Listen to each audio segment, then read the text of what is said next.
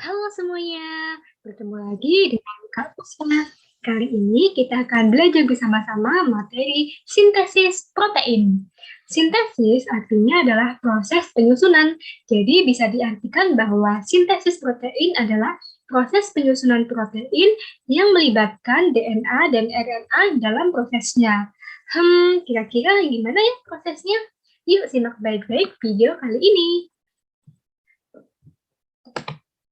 Pada video kali ini, kakak sudah bikin bucket list nih materi yang akan kita pelajari kali ini. Yaitu yang pertama ada protein, lalu yang kedua ada tahapan transkripsi, lalu yang ketiga ada tahapan translasi, dan yang keempat, atau yang terakhir kita akan ada kuis ya. Yuk kita simak mulai dari yang pertama, yaitu materi protein.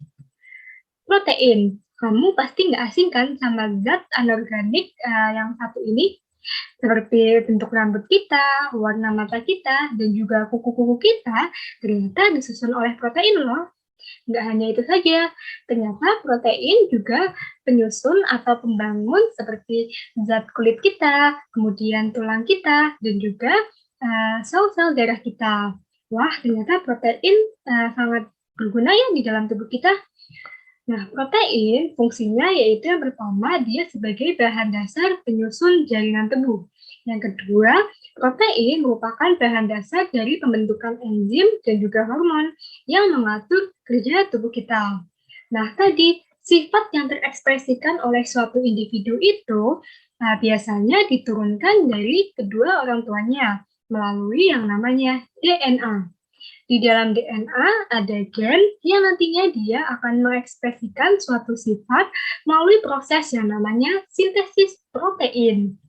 Sintesis protein tadi ya di awal kita sudah bahas bahwa sintesis protein adalah proses penyusunan protein yang melibatkan DNA dan juga RNA. Ternyata sintesis protein ini ada dua tahap nih teman-teman. Yang pertama ada transkripsi, lalu yang kedua ada translasi. Pada proses transkripsi yaitu adalah proses penyalinan kode genetik dari DNA menjadi mRNA. Nah, proses transkripsi ini terjadi di nukleus. Lalu yang kedua ada proses translasi, di mana proses ini merupakan proses penerjemahan kode genetik dari mRNA menjadi asam amino. Proses translasi terjadi di sitoplasma, di mana mRNA akan dibantu oleh tRNA dan juga rRNA. Kita bahas dulu yuk, mulai dari yang pertama, yaitu proses transkripsi. Proses transkripsi di sini ada 3 tahap. Yang pertama ada inisiasi, yang kedua ada elongasi, dan yang ketiga ada terminasi.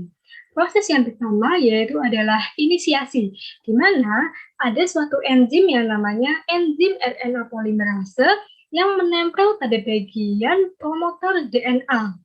Ketika enzim RNA polimerase ini menempel pada bagian promotor DNA, maka akan membuka untai ganda DNA sehingga salah satu untainya dia akan menjadi cetakan untuk membentuk mRNA. Nah, untai DNA yang menjadi cetakan itu kita sebut sebagai untai DNA antisense. Iya, betul, antisense. Dikatakan sebagai untai DNA antisense karena untai nukleotidanya atau basa nitrogennya dia itu berlawanan atau komplement dari basa nitrogen pada mRNA. Jadi jangan sampai kebalik ya. Yang sebagai template atau cetakan itu adalah untai DNA antisense. Nah, kita lanjut ya ke proses yang kedua, yaitu adalah elongasi. Nah, pada proses ini, untai DNA cetakan atau DNA antisense akan dibaca oleh enzim RNA polimerase. Di sini, enzim RNA polimerase akan menempelkan nukleotida yang berkomplement dari untai DNA antisense untuk membentuk untai mRNA. Nah, apabila untai DNA antisense-nya adalah TGA, maka untai mRNA-nya akan komplement atau kebalikannya. T berkebalikan dengan A, G berkebalikan dengan C, sedangkan A akan berlawanan dengan T. Namun pada RNA tidak ada basa nitrogen timin, oleh karena itu akan digantikan dengan urasil. Nah, pasangannya seperti ini ya, A akan berpasangan dengan U, C akan berpasangan dengan G, T akan berpasangan dengan A, sedangkan G akan berpasangan dengan C. Proses ini akan terjadi searah dari 5 aksen ke 3 aksen. Proses ini akan terus berlanjut hingga enzim RNA polimerase akan bertemu dengan bagian terminator. Apabila enzim RNA polimerase ini sudah bertemu pada bagian terminator, maka yang terjadi adalah RNA polimerase akan terlepas dari DNA, kemudian DNA akan menyambung kembali seperti semula, lalu mRNA yang telah terbentuk akan terpisah dari DNA. Nah, mRNA tadi hasil dari proses transkripsi akan pindah tuh dari nukleus akan pindah ke sitoplasma dan masuk ke tahapan selanjutnya yaitu proses yang namanya translasi. Nah, kita perhatikan ya sebelum ke proses translasi, di mana mRNA ini ada kode yang nantinya akan menerjemahkan suatu asam amino. Kode tersebut kita sebut saja sebagai namanya kodon. Nah, kodon tadi adalah deret nukleotida pada mRNA yang terdiri atas kombinasi dari 3 nukleotida yang akan menyandi suatu asam amino tertentu. Untuk memulai proses translasi, ada kodon start atau start kodon, di mana kodon ini adalah AUG. Kodon AUG nantinya dia akan menerjemahkan untuk basa nitrogen atau asam amino yang namanya metionin. Nah, kemudian untuk mengakhiri proses translasi juga ada yang namanya stop kodon, di mana di sini ada 3 kodon yang menerjemahkan untuk stop kodon, yaitu adalah UGA, UAG, dan juga UAA. Yuk kita mulai yuk untuk proses translasi. Proses translasi sama ya, ada 3 tahap juga. Yang pertama ada inisiasi, yang kedua ada elongasi, dan yang ketiga ada terminasi. Proses inisiasi akan bisa berlangsung apabila 3 komponen utamanya sudah tersedia, di mana 3 komponen utamanya yaitu yang pertama ada tRNA, kemudian ada ribosom, dan yang ketiga ada mRNA yang terbentuk dari proses transkripsi. Bila kita perhatikan, tRNA di sini dia membawa antikodon, di mana antikodon ini basa nitrogennya akan berkomplement dengan kodon yang ada pada mRNA. Bila kita perhatikan lagi, tRNA ini dia mempunyai 2 sisi atas dan sisi bawah. Sisi bawah dia membawa antikodon yang basa nitrogennya berkomplement atau berlawanan dengan basa nitrogen yang ada di mRNA atau kodon. Lalu pada bagian atas dia membawa asam amino. Proses translasi tRNA dibantu oleh ribosom, di mana ribosom di sini mempunyai 3 sisi, yaitu sisi E, sisi P, dan juga sisi A. Pada proses inisiasi, tRNA akan masuk pada ribosom pada sisi P. Setelah itu, proses akan berlangsung pada tahap yang kedua, yaitu tahap elongasi. Pada tahap elongasi akan datang tRNA baru yang membawa antikodon dan juga asam amino yang sesuai dengan kodon pada mRNA. Pada tahap ini, tRNA akan masuk pada ribosom pada sisi yang A. Apabila sudah masuk, asam amino yang sebelumnya sudah ada pada sisi P, lalu dia akan berikatan pada asam amino yang ada pada sisi A, membentuk rantai polipeptida. Selanjutnya, setelah dia saling menempel satu sama lain, kedua tRNA ini akan menggeser, sehingga yang tadinya ada di sisi P dan juga A, mereka menggeser ke sisi E dan juga P, seperti itu ya. Lalu yang ada pada sisi E nantinya dia akan keluar. Nah, proses ini akan berlangsung lagi tuh, nantinya akan masuk lagi tRNA baru pada proses elongasi, yaitu pada sisi A. Nanti dia akan masuk lagi tuh tRNA pada sisi A, di mana nantinya asam amino ini akan berikatan lagi dengan asam amino pada sisi A. Proses ini akan terus berlangsung hingga proses translasi ini ribosom menemui yang namanya codon stop. Masih ingat ya tadi codon stop? Betul sekali. Codon stop itu ada 3 ya. Ada UAA, UAG, dan juga UGA.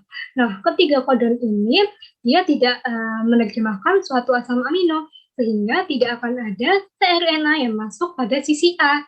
Oleh karena itu, ada senyawa lain yang akan menggantikan tRNA, yaitu adalah release factor atau faktor pelepas. Dengan adanya faktor pelepas ini, maka ribosom, kemudian ada mRNA, kemudian tRNA, mereka semua nanti akan bubar. Lalu, untai polipeptida ini nantinya akan terbentuk dan nantinya akan tersusun sebuah protein dan proses translasi telah selesai. Oke, selanjutnya kita ke kuis ya. Perhatikan soal berikut ini. Nah, perhatikan daftar kodon dan asam amino berikut.